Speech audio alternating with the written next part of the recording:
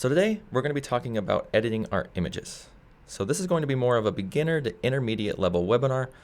For the most part, we're probably going to be staying in the Develop tab and modifying an array of different images with all of the different sliders so that we can just get a better understanding of how to bring our photos to life with all of the different sliders inside of the Develop tab.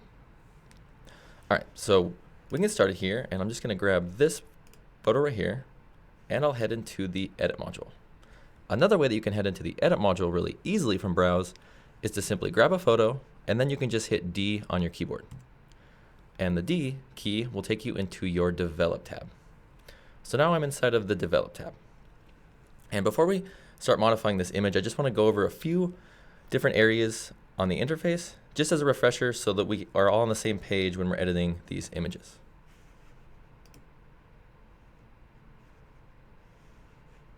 So I have a question, and it's saying that there's no audio. Is everyone else getting audio? I have a couple people that don't have audio. Just before we start getting into anything.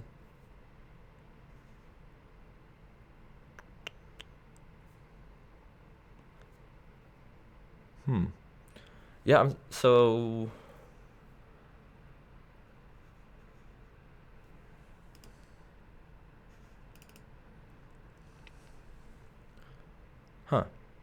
So it looks like most of the people are having audio and they can see. I'm sorry to the people that don't have that. I'm not really sure what's going on there. Hopefully you guys can get that figured out. Maybe it's your Zoom or something. I'm not entirely sure, but.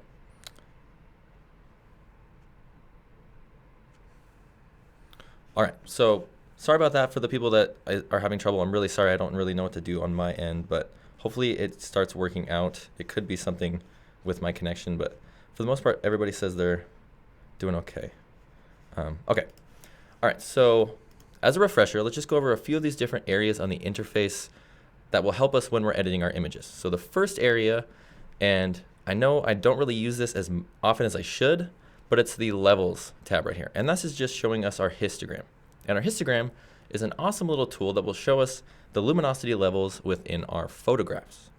And this can help us out when we're looking at an image to determine whether it's underexposed or overexposed. So this first tab right here, this Levels tab right here, it works by showing you the luminosity values in your shot.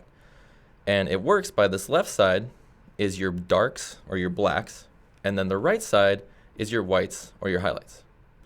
So you can see with this photograph, since it's a little bit underexposed and there's a lot more darker tones, the luminosity areas on this histogram is showing us that it's a lot more over to the dark or the black area on this left side. So if I were to brighten this photo up real quick with an exposure slider, you'll see it'll move that histogram to the right because now it's leaning more towards the white and the brights of the image on this right side. So the left side of this histogram is going to be your darks and your blacks, and then the right side is going to be your white. So in a perfect world, to get a perfectly exposed photograph, this would kind of look like a little mound, just kind of like a little mountain peak right there. But getting an entirely perfectly exposed photograph is pretty hard to do. So most of the time we just kind of try to keep these histogram levels within the middle and not too far to the right or to the left, unless that's the look you're going for. Now, you don't always have to have a perfectly exposed photo, and you don't even have to really look at the Levels tab if you don't want to. You can do it by eye completely, but this is just a good little tool to help you out if you're wondering if your photo's a little bit too dark or too bright. So that being said, we can head down now into our Develop tab here. So the Develop tab inside Photo Raw is where we're going to be spending our time when we want to set the foundational look for our shot. This is where we're going to be pulling out the tonality in our images, such as our midtones, our shadows, our highlights. We're going to be modifying our color tones. We're going to be helping out our images by removing color casts. So we're going to warm our photo up, we're going to cool it down. So the Develop tab is just basically, I like to think of it as just kind of setting the foundational look or just the base sort of energy or feel to my image. I like to do that inside of the Develop tab. So inside of our Develop tab, we have a few different panes here. And the majority of the time we're going to be spending inside of this tone and color pane. So our tone and color pane, we have all of these different sliders and things, but let's first talk about our camera profile. So if you're shooting in RAW, if you're shooting with a RAW image file, this will allow you to choose a different camera profile. So inside our camera profiles, there's our on one camera profile. So it has landscape, portrait, vivid, neutral, and then we have our camera ones. So if we hover over these, you can see that it gives your image an entirely different look based off of the camera profile.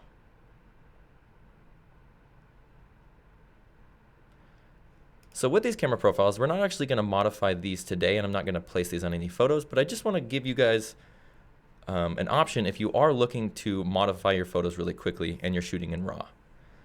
Also, one thing I would recommend if you are trying to use camera profiles is I tend to set these first. So I'll set my camera profile first, and then I'll go in and I'll modify the tone and color after. Because depending on what you do with your camera profile or what you do inside tone and color, you could modify all of these different sliders here and then set a different camera profile, and it can be a completely different look. So I tend to keep my camera profile the same from the beginning, and then I can modify my tone and color after. All right. So I'm actually just going to choose on one standard here for this particular photo, and now we can move on to the actual modification of these photos. So when we're modifying our tone, there's a few different ways that we can do that. Inside Photo Raw 2020, we have these two options here that will actually develop our photos settings for us. This first one is AI match. So if you're shooting in your camera and you're shooting in an in-camera style, let's say you're shooting a monochromatic look inside of your camera, well, you can click this AI match, and that will match the look that you saw on the back of your camera. And then with AI auto, this is going to automatically develop your photos tone and color settings for you.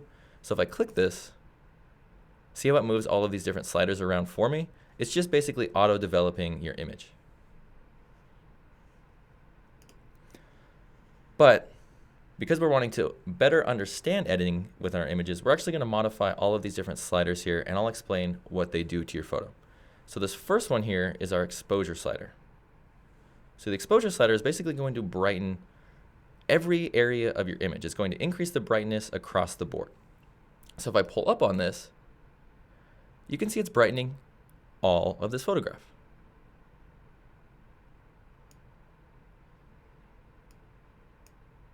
So this slider is great for if you have an underexposed photo or an overexposed photo. This will help you out immensely if you're trying to bring more light into your image. And if I go up into my info tab here, and I go down to these settings, I can see that it was shot with an exposure value of -1. So it makes sense that I'm actually increasing this exposure to 1 to create a more evenly exposed photograph. So in photo situations like this, where we have sort of an evenly lit area, it would make sense to pull up on the exposure slider because we're not worried about the separations of any of these tones. But if we had a photograph where we had, kind of a darker foreground and then a little bit more of a blown out background, then we'd have to worry more about the separation of the tones and modify these sliders a little bit differently. But since this photograph is kind of just an underexposed, overcast shot, we can just pull up on the exposure and it will bring light in pretty evenly, and nothing will be too overexposed or underexposed. But now that we've pulled up on our exposure, you can see that we've brightened up our image. We brought out a lot of these darker tones in our photo. One thing that we're going to lose when we brighten up our exposure, or even if we brighten up our midtones or shadows, we're going to lose contrast in our photo. So if we pull up on our exposure slider, especially to 1.9, we're automatically losing some contrast in our image because we're increasing the white values in our shot. So to bring back some of that contrast and some of that detail, there's two different sliders that we can use. And the main one that I would recommend using is just your contrast slider. So your contrast slider, if I pull up on this, see how it brings back that nice detail and all of the contrast that was there before? And one thing that I like to do whenever I'm modifying my exposure and my contrast sliders is I like to show my clipping warnings.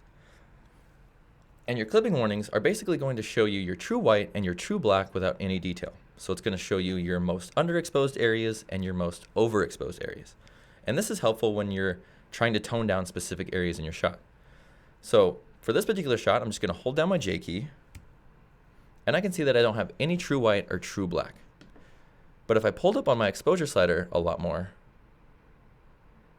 see how when that sky gets blown out and there's no detail in it, now it's showing me in a red overlay all of the true white in that sky without any detail. So this would be probably considered a blown out area on your image.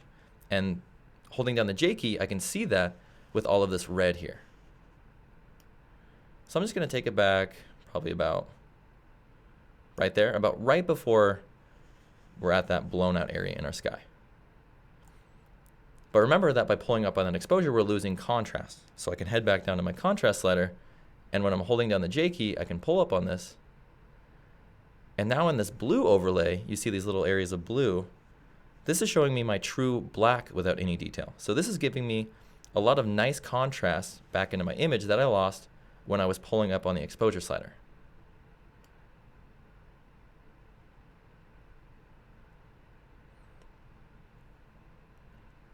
So I'll bring in just a little bit of true black here, probably about right there.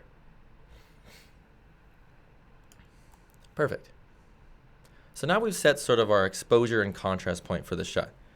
And now we can move on to another slider, and this slider is the highlight slider. And the highlight slider isn't probably going to do too much to this particular photograph because there's not a ton of highlights.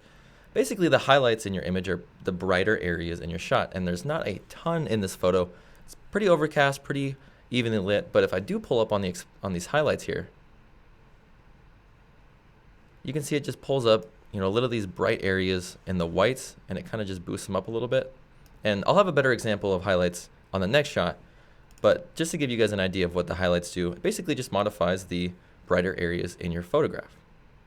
And then we have midtones, and the midtone slider is probably one of my favorite sliders to play with. A lot of photographs, especially portraits, involve a ton of midtones, and with this photograph especially, there's a lot of midtones in the sky area and also in these boards. So when thinking about midtones, I like to think about my midtones as just my grays in my photo. They're kind of that middle toned gray in your shot. So if I go down to my midtones here and I pull up on this, you can see it modifies a lot of the tonalities in this shot. See how it's pulling out all of these kind of middle grays in these boards and then a lot of the middle grays in this sky area? So this is helpful when we're wanting to pull out those middle gray tones from a particular area on a photograph. So notice how earlier when we were pulling up on the exposure slider, it was pulling up all of the brightness for the entire photograph. Well, if I just want to modify my midtones, I could modify my midtones and pull up on them, and it wouldn't modify the brightness across the entire photograph. It would only modify the brightness for those middle gray tones. So if I remove this exposure and I pull up on these midtones, see how it's a lot different of a look than if I pulled up my exposure? Because it's actually just modifying those mid-tonalities in your shot and not modifying all of the brightness. So I'll just undo that. And I can pull up my midtones a little bit.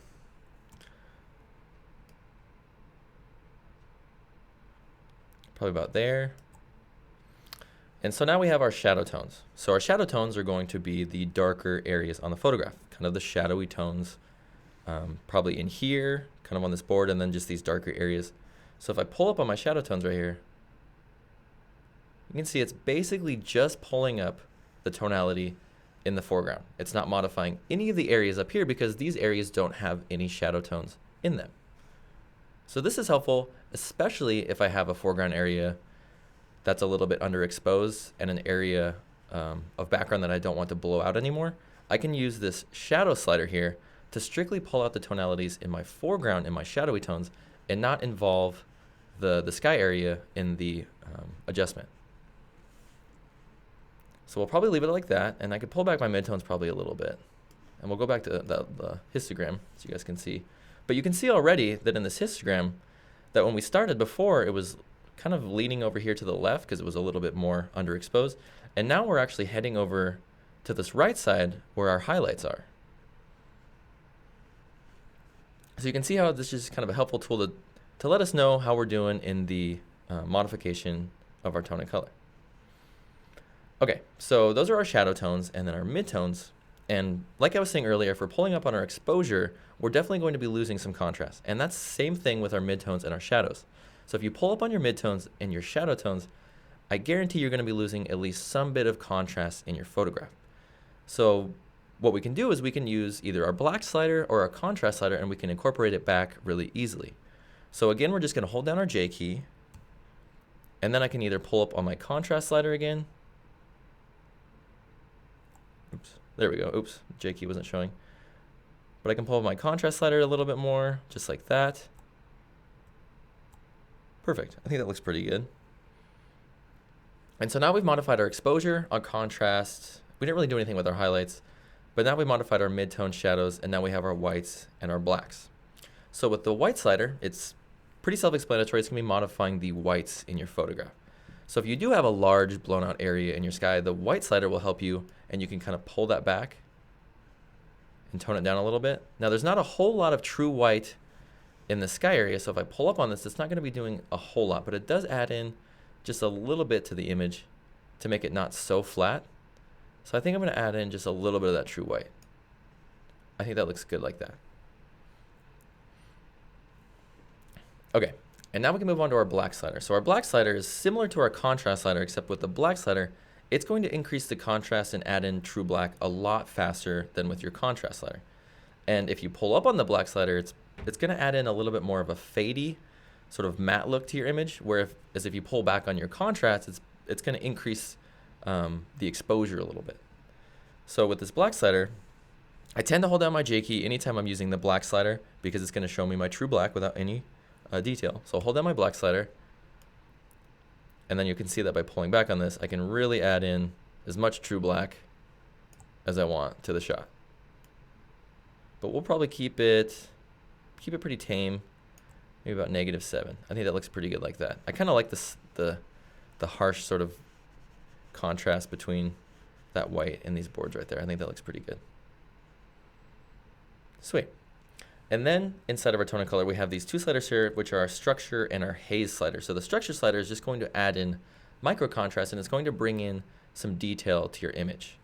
There's a few different ways that you can actually add detail. You can add it inside of effects. You can add it using local adjustments. So I tend to stay away from the structure slider inside of develop, but because today we're going to be modifying the majority of our photos just inside of the develop tab, we're actually going to pull up on the structure slider, and you can see that by pulling up on this, it's bringing in some of that detail, and it just adds in sort of a nice sharp punch to the image so that it's not so flat. Sweet. And then we have our haze slider. So the haze is going to reduce the look of fog on your photograph, or haze in your image. So there's a ton right here. It basically works as a highlight slider. So if I pull back on this haze slider, see how it's removing the highlights? And then if I pull up on it, but I just tend to use the haze slider if I want to add in just a little bit more sort of an HDR look, and then sort of just a highlight modification. I just pull back on this haze slider, and you can see it helps just kind of tone down the highlights a little bit. But I'm actually going to leave that at 0. I think it looks pretty good, just like that. And then we have our tone and color area, or our color area down here. So this is what we're going to be using to modify the color in our photograph. So I'm actually going to click on this K. I tend to shoot in RAW, so I like to use this the Kelvin temperature rather than just using the temperature slider. Kind of gives me just a better idea of the temperature I was shooting with before. But for the temperature here, you can use this, and you can drag this, and you can cool off your image, or you can warm an image up. For this particular photo, it's pretty cool already, and there's not a whole lot of color in it anyway, so I probably wouldn't modify the color too much. The one thing I could do is probably just bring it over to the right, and that almost subdues the color in it. Almost looks like a black and white photograph now. We'll get into a better color example later on in the webinar, but just for now, the tone and color, what I would take away from this is that your tone and color is basically going to help you out by removing color cast from your photographs. You can increase saturation. You can modify your vibrance to bring out some of the more muted colors. So your temperature, I'm kind of getting ahead of myself, but the temperature slider is basically going to increase the warmth or the coolness of your image. And then your tint is going to bring in tints of green or magenta to your image. So you can really kind of play with the colors of your photograph to get the sort of look that you saw when you shot it. Now saturation here is going to increase the intensity of the colors in your image. So if I pull up on the saturation here, it's going to bring out all of the different colors and bring out kind of the life across the board. It's kind of like the exposure slider for the intensity of your color. And then we have vibrance. And vibrance and saturation are quite different. The main difference is that vibrance tends to find the more muted colors in your image, the ones that aren't fully saturated, and it tends to bring those up first before it actually starts modifying the overall color in your image. So if you're looking to bring out kind of the more muted color tones in your shot, I would recommend using this vibrant slider. And then if you're just wanting to bring out the intensity of your colors across the board, I'd go for the saturation slider right there. One thing you could do in here, if you want to modify the color tones and protect areas on your shot, you could use this purity area. So if I pull up on the purity of my highlights, it's going to preserve the color of my highlights, and it's going to make sure that they're not oversaturated. This helps a lot, especially if you're shooting portraits and you have some highlights on some skin, and you don't want those to be oversaturated or having way too much color on them. And then we have details down here. So details down here is an awesome pane if you're wanting to remove noise from your image, or you want to add in some sharpening. So for this particular photo, if we zoom in here, oops, there we go. I don't know if you guys can see it, but there's quite a bit of noise kind of right in this area. And I'm going to go in here to my details pane, and I'm going to pull up on this amount slider just so you guys can see. Can you guys see a little bit of that noise? There's quite a bit here. So just as an example, I've brought out all of this noise with the sharpening.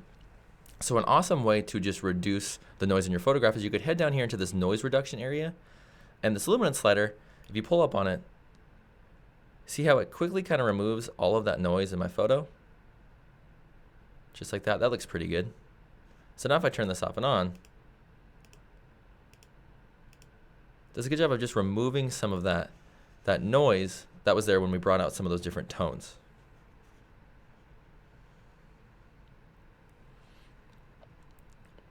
And then if you have noise in your detail, so basically these sliders are kind of self-explanatory. So the luminance is basically going to adjust the noise reduction kind of across all of these areas that have noise. If it sees the noise, it's going to reduce it. Whereas this slider right here is going to reduce the noise in the detailed areas of your photograph. Oh, sorry. So this detail is going to reduce the noise reduction so you can actually modify to have the detail back. And then you can modify this area of noise reduction to modify it to remove noise in color or detailed areas.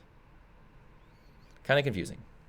But luminance is basically going to remove the noise or detail across the board. This is going to preserve your detail. And then these two are going to remove noise from these two particular areas. Okay, so the reason that I chose this image is because it's kind of one of those special situations that we were talking about earlier where we have this really dark foreground area, but we have this sort of bright, almost overexposed background. So this is where our different sliders come into play. So for this particular photograph, I'm actually not going to modify my exposure slider first.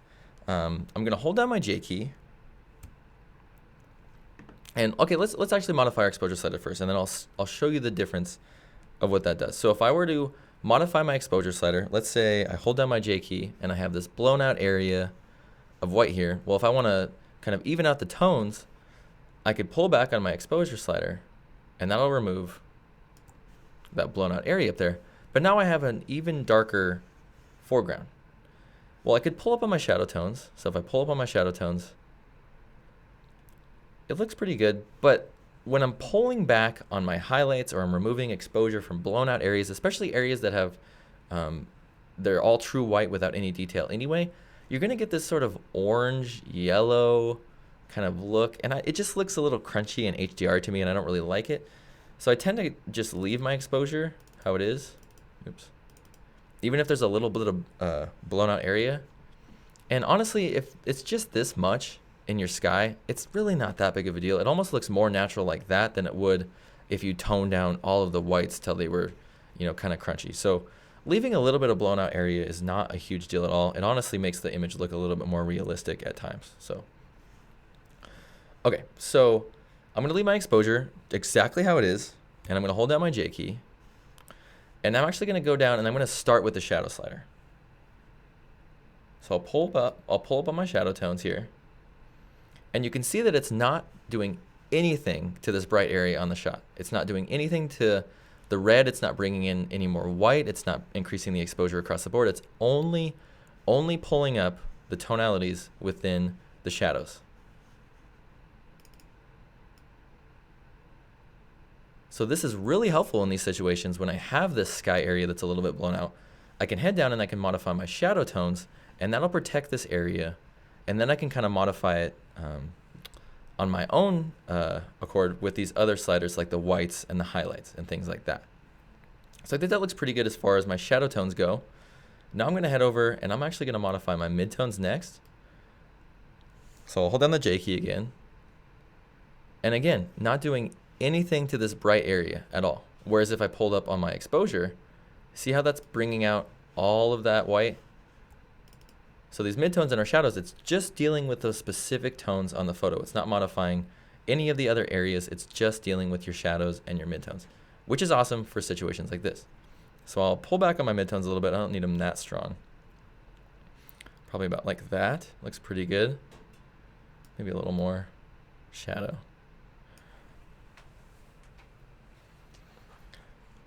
And remember earlier when we were pulling up our midtones and our shadows for that first picture, we lost a lot of the contrast. Well, with this photo, we're losing even more contrast because we haven't even modified any of the exposure. We've just pulled out our shadows and our midtones. So we're going to head up to our contrast slider. I'm going to hold down my J key. And now we're going to incorporate a little bit more of that contrast by pulling up on the contrast slider. And you can see already that does an awesome job of just making this image look less flat. It looks more realistic. Excuse me. It doesn't look like it's overexposed or it was shot on kind of a blown out day. So maybe like about there. Whenever you're looking at that kind of black or blue overlay, I tend to look at these different areas within my photo and make sure that that looks realistic. So would this area of shadow tones right here, would they have true black in them? And I think these areas in this hillside definitely would, and some of these areas in here. But if I do pull up on the shadow tones a little bit, or the contrast too much, it gives this really grungy sort of look. So you just want to be careful when you're adding in your true blacks and you're modifying your contrast that you don't add in too much. It's pretty easy to bring in too much contrast, and it's really easy to add in too much detail. So those are probably two things that I would recommend of just keeping an eye on, is your detail and your contrast. So I'm going to hold down the J key and then I'll bring that back about right there. That looks pretty good. And one thing I just want to mention is that I hear people sometimes looking at these sliders and they're like, oh my gosh, your sliders are at like 40 and at 50. That just seems like it's modifying your photo too much.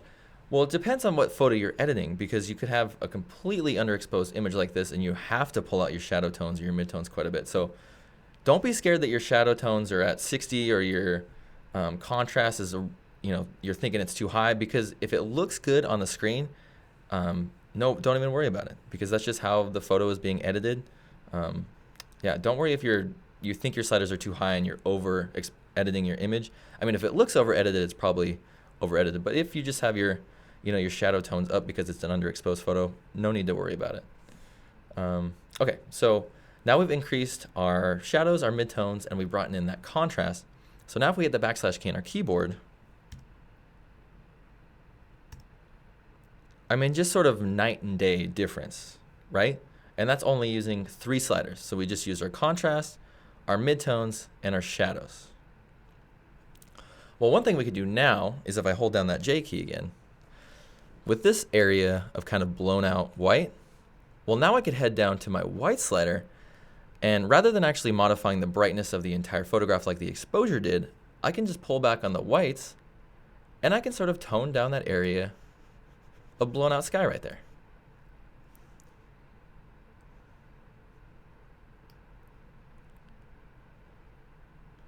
Now, one thing I will say that when you're modifying, your whites and your highlights and things like that, is if you remove too many of the true whites or the, kind of the highlights in your photo, you're going to make your image look a little bit unrealistic and kind of crunchy. So I'm going to zoom in here just to this area, just this leading line right here. So if I pull back the whites on this, in my tone and color here,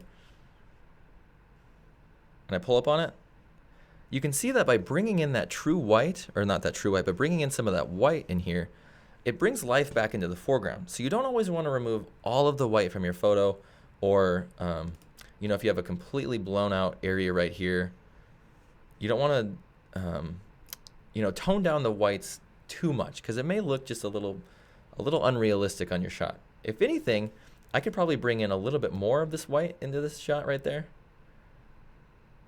And I don't even really mind it because I'm not too worried about this area on the image. I think the star of this shot is kind of this leading line and then this area of blue right here.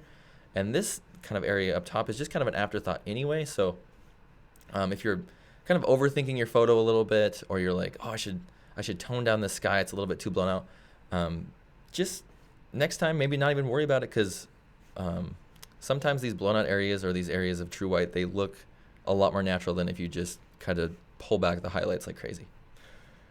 Okay, so there's my spiel on leaving your white values the way they are. So one thing we could do now is I can head down into my color area. And for this particular photo, I do want to bring out some of the different tones in the shot, especially some of the colors. So I'm actually going to head down, I'll turn on this K here, and I'm going to bring back my temperature, or I'm going to bring my temperature to the right a little bit. And that's going to bring in just a little bit of warmth in here. The warm areas being kind of this foreground area on the shot. Well, the thing about this shot is there's a lot of nice blue in here. And especially in this kind of watery area right here and right there. So I don't really want to lose the blue too much. So I'm actually going to go down here and I'm going to pull up on my saturation just a little bit. And then I'm going to pull up on my vibrance just a little bit as well. So now if I hit the backslash key on my keyboard, that's just gone in and helped bring out some of these colors in the shot so it's not looking kind of dull.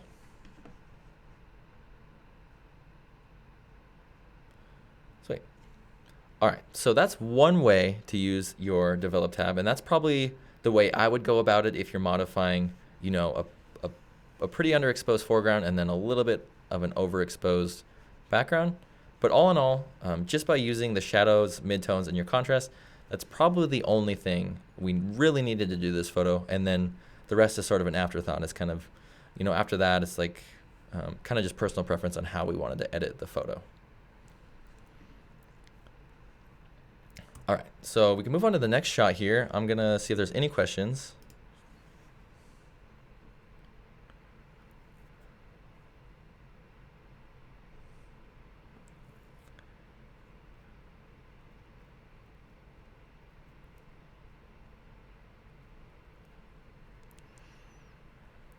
Okay, so,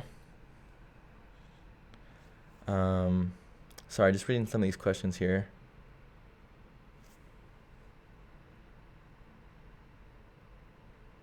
So Ian has a question, is it better to work on a duplicate of the original photo?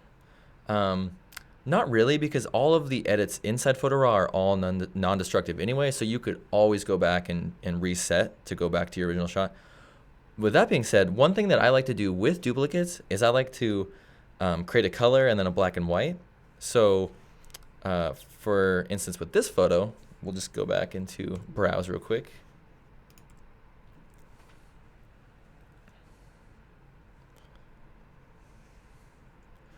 And we'll go back here. And so let's say I wanted to create a black and white version of this image. I could right click it and I could click create version.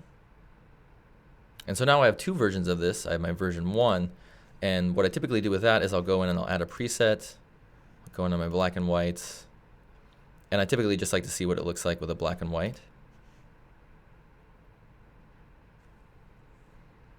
And now I can grab these two, I can hit C, and now I'm in compare view mode, and I can pick which one I like the best.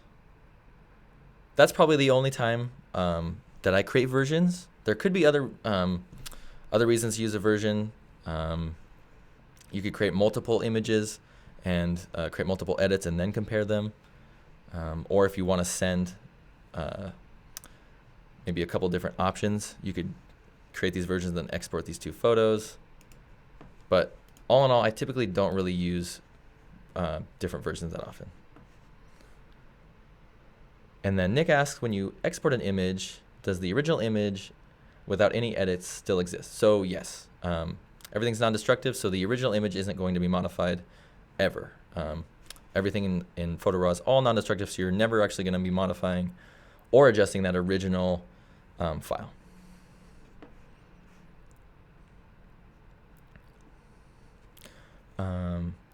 Yes, Bob. So the webinar is being recorded, and we're going to be posting it to our social media and our website later today. So probably check back around 6 or 7 tonight, and it should be up. Marvin asks, can you apply the settings of this photo to another photo? And yes, you can. There's a few different ways to do that. The first way is just to use your sync settings. So I'll just get out of compare view mode, and I'm back in film strip view mode, and we'll just grab this photo here. And just a heads up, this look is probably not going to look great on all these photos, but just to give you an idea of how to sync it. So I've gone in and I've modified the midtones and the shadows, the contrast, some of the different sliders on the shot. So if I want to apply that look to these different photos, I can just hold down Shift. I can click on them. Now they're all selected here. And now I can head over and I can click Sync.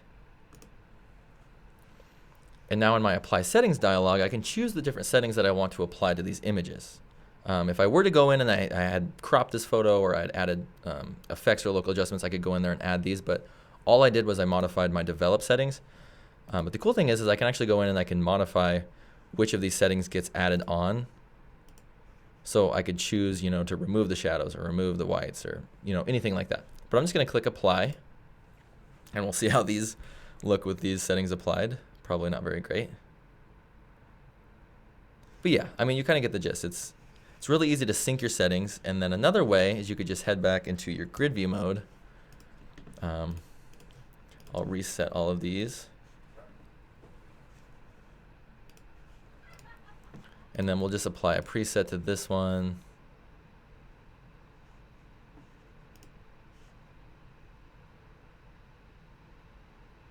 Okay, and then if you wanted to apply that look to all of these different photos, you could go up, you could click Settings, you could click Copy Settings, or you could use the keyboard shortcut, which is Shift-Command-C.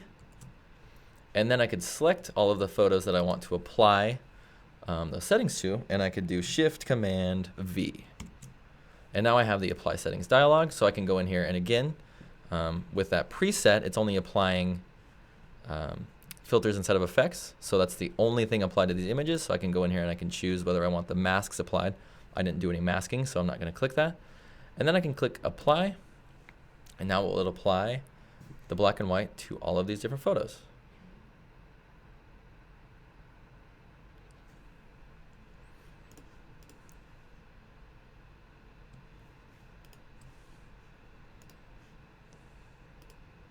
So with this shot, we're going to be doing something a little bit differently with this photo.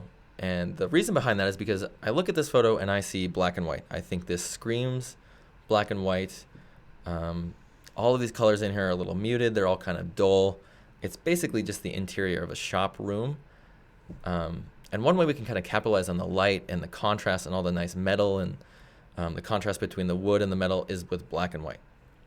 So with this photo, and with that being said, I'm not going to be too worried about, bringing in a lot of deep blacks and a lot of bright highlights, because with black and white, I think the more contrast, the better. I really like a lot of deep blacks and kind of bright highlights in my black and white photos. So we're going to head in here, and the first thing I'm going to do is I'm going to hold down my J key, and I'm going to set my my white point here. I'm just going to pull back on the exposure, and that's going to remove all of that true white. So now I have no true white here in the building.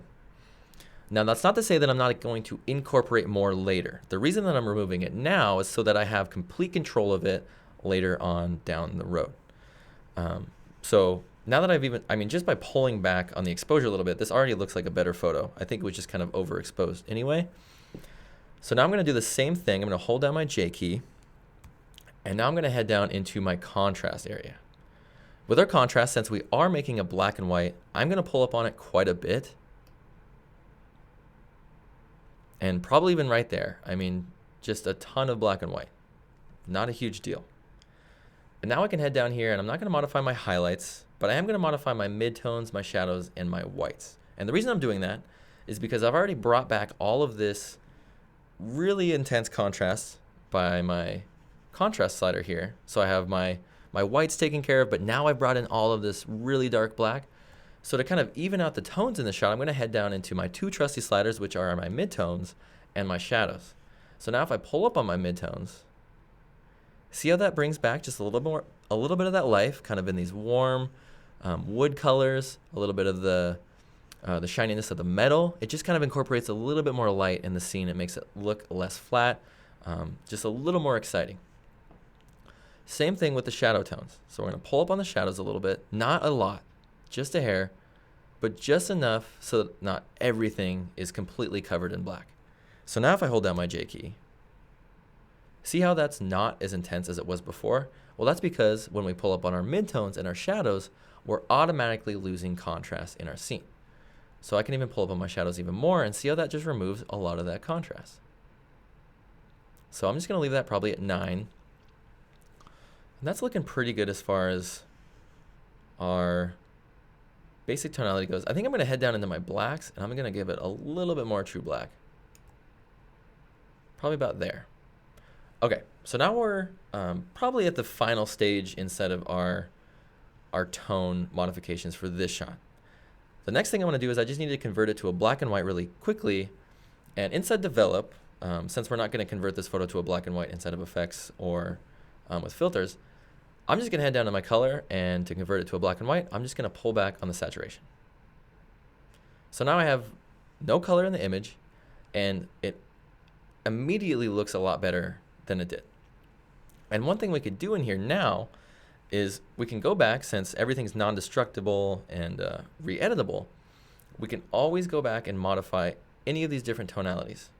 So if I want to add in more contrast, I can bring in more contrast. I can make it a little more dark. One thing that I do want to do here is I'm actually going to incorporate a little bit more white. And you'll see that when I incorporate this white, it's going to bring a little bit of life into this black and white. That's because it's, without knowing it, you're losing a little bit of contrast, but you're also adding in contrast because you're bringing in more white and more light to your shot. So if I pull up on these whites, I mean, just that little tiny bit, just that little tiny smidge of white, maybe about 15, does an awesome job of just bringing back that subtleness of light that was shining in through the window and kind of giving us an idea of why this area is exposed. Like, why is he in there? You know, there's obviously light hitting somewhere. That's why it's an interesting photograph. And I think that by pulling back some of those true white and some of that bright light in these windows here, it makes the image look more believable. It makes it look more natural. And we can always go in and we can lower the exposure a little bit more. You know, play with the exposure so we're only seeing, you know, these little tiny slices of light in the photo, and the rest is kind of this stark black contrast. And then one thing we could do inside of our tone and color here is we can actually play with our structure and our haze. So if I pull up on my structure, that's going to bring in a lot of that kind of gritty black and white detail. And then if I pull back on my haze slider, that's going to remove some of the highlights, and then it's going to add in even more of that kind of gritty textureness to the shot. And then we're left with this sort of dark, grungy, high detail black and white photo that we did simply inside of Develop. So if I hit the / key on my keyboard, completely different mood. I mean, just a completely different genre of photo. And if I click this,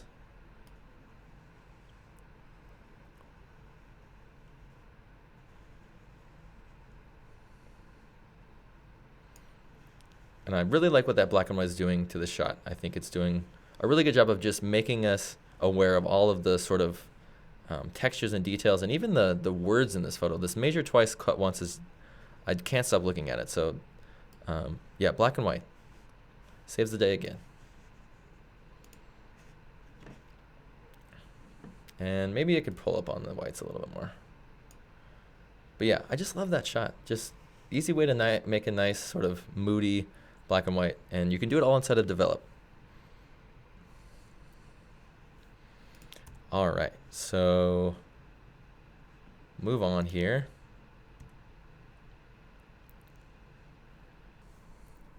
Okay, so we got one last shot here. I really appreciate the questions. It's awesome to get the questions going in here. So let's just do one last photo, and then I'll see if there's any last questions, and then I can let you guys go here. Okay, so for this particular shot, this is sort of one of those instances where we just need to pull up on the exposure. And the reason being is that on overcast days, especially an overcast day like this, the light is going to be so even that you don't actually have to modify too many of the specific tones like your midtones or your shadows. You could easily just pull up on your exposure slider. So if I pull up on my exposure slider, you know, it's obviously brightening up everywhere in my shot, but since everything is so evenly lit, it's not making anything too blown out or too dark or whatever it may be. Also, one thing that I like to check out whenever I'm modifying my photo, because I like to play with my exposure values a lot, is I always go up to my info and I check. And with this shot, it was actually shot at 0. So even though it's at 0, we click that, we can definitely see this is an underexposed photo. So we can always go up and we can pull up on our exposure slider and we can bring it back like that. So now that I've pulled up on my exposure slider, what I can do now is I can head down here, and again, I'm going to head down to my shadows and my midtones. So I'm just going to pull up on my midtones a little bit. That's going to bring out some of these mid-tonalities in the grass in here and kind of in the sky and then on this water. And then my shadows are going to pull out these darker tones, the even darker tones in the grass and kind of down here underneath the waterfall. But you can see now that we've made this image really flat. So what we can do to help it out, we can head up to our contrast slider. I'll hold down my J key. And I'll bring in some nice contrast. So just by those 4 sliders, just my exposure, midtones, shadows, and contrast, sorry, if I hit the backslash key on my keyboard, already a pretty good foundational look for the shot. Now, one thing that I like to do with waterfalls especially is if I'm pulling up on the contrast or if I'm incorporating any sort of darkness into the shot, I like to go down and pull up on my whites. See how that just brings back life into the water in here? So if I have this at 0, it's a little bit muted. So what that white does is just brings back some of that nice life in the water, just like that.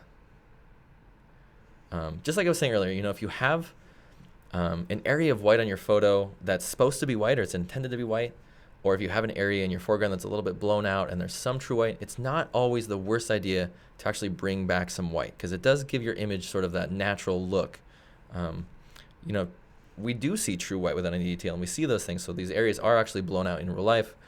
We just want them to kind of be perfect in the photo, so we tend to over edit sometimes, but not a bad idea to always just kind of incorporate a little bit of true white and true black to kind of keep everything evenly exposed. All right, so next thing, I think the last thing I could do to this shot is I could head down into my temperature area, and this is a perfect example of removing a color cast. So if we're looking at this shot, if I look at that water, it's incredibly blue. That water is so blue, it looks like this was shot with like a fluorescent white balance. So what I'm gonna do is I'm gonna pull this the temperature over to the right, and that's gonna bring back some of that nice warm color, that nice warm green in here. Gonna bring out those yellows and these oranges in the grass, and it's gonna also remove some of that kind of gross blue color from the water. So if I turn this back to the way it was, see, it's just not the same. There we go. So now if I hit the backslash key on my keyboard,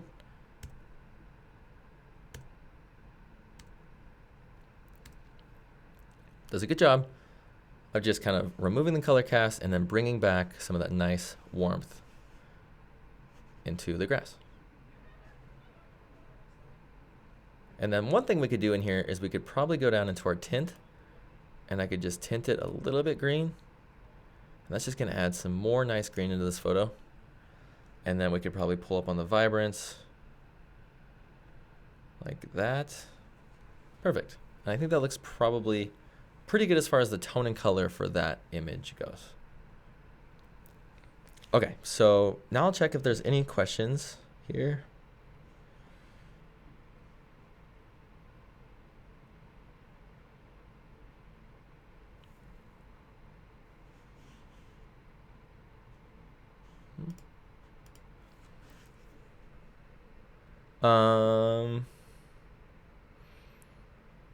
Okay, so Ian asks, is there a white balance picker as in Lightroom? Yes, there is. So if you do want to just correct your color using your white balance picker, you can click this little dropper here, drop it on an area of gray or white. So I'll just click this gray right there, and it will correct your color for you. So it's heated my photo up more than it was originally. So I was even on it. Oh, yeah.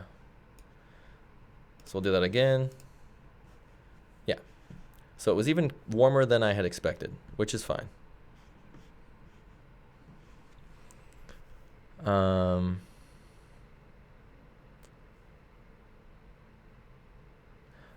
So someone asks, why does the version of On1 2020 you are using look different than mine? I don't have the following buttons: AI match, the Kelvin button in color, or the sync button. So what that means is that you're not modifying a raw image file.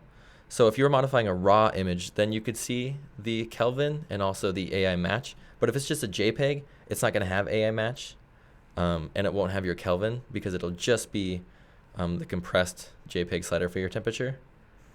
And then the sync button, that'll get enabled if you have 2 photos selected.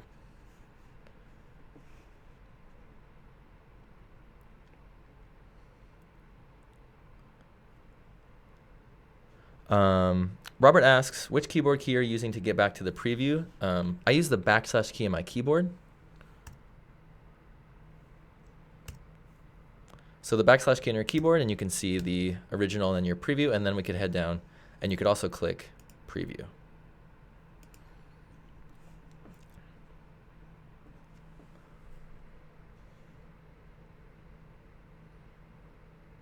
Okay, so Greg asks, with raw images, should I worry about white balance, and if so, how do I set it? And it all kind of depends, Greg. With this particular photo, you can see how important that was to set that white balance, because if we click this temperature now, look how insane of a blue color cast that has on that shot. Well, to fix that, we can either head down into our tone and color, and we could pull back the temperature until we see sort of an area that we like on the spectrum of this color. Or you could use your color dropper here, and you could drop it on an area that should be gray or white.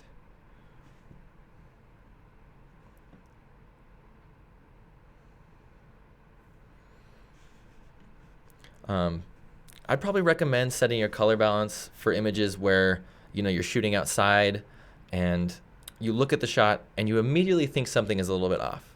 For this photo, we could tell that this shot is completely covered in blue. Right off the bat, it's covered in blue, so we need to obviously go in and kind of remove the color cast. But with these other photos, let's say, this shot right here, this is a raw image file, and honestly, we could probably get away with just leaving that color balance just like that. There's some nice greens in here. It could be a little bit more warm, but I think that harkens back to personal preference. So it all just kind of depends, Greg. I would recommend modifying your color balance and being really aware of it if it's a situation where you look at your shot and you're like, whoa, that's not the color I saw when I was there, if that makes sense.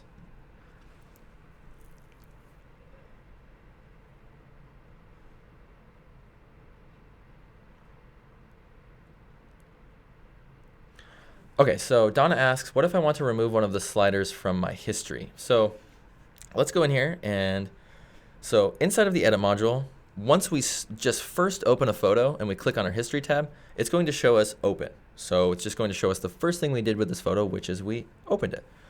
So now if we go down and we modify any of these sliders, let's say I up my contrast, and then I up my whites, let's say I up my blacks or down my blacks and I don't like it. Well, it's like, oh my God, that's crazy. That's way too much black.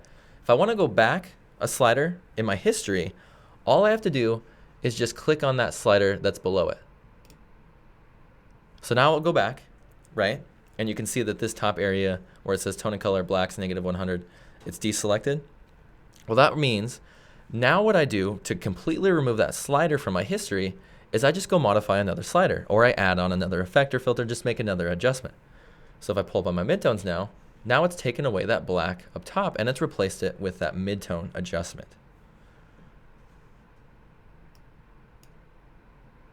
And then I can click on this to go back to 46 if I want to. And then I can go, and if I adjust another slider, now we'll replace that with the highlights. And then if I want to go back all of those steps, I want to go back to open, I can just click on open, And now it's back to my original photo. Or if I want to go back to the way I had it, I can just click back up there and then it will revert it back. So it's just kind of simple. You know, if you want to remove a slider, just click below it and then make another adjustment. If you want to go back to open, just click that. And then, yeah, just kind of playing with it helps also. It's just one of those things. It's just so much easier to play with it than to explain it. But yeah, stay tuned for more webinars. I really appreciate all of you guys staying through the whole thing. Thanks so much. Thanks for all the questions and have a great rest of your week, guys.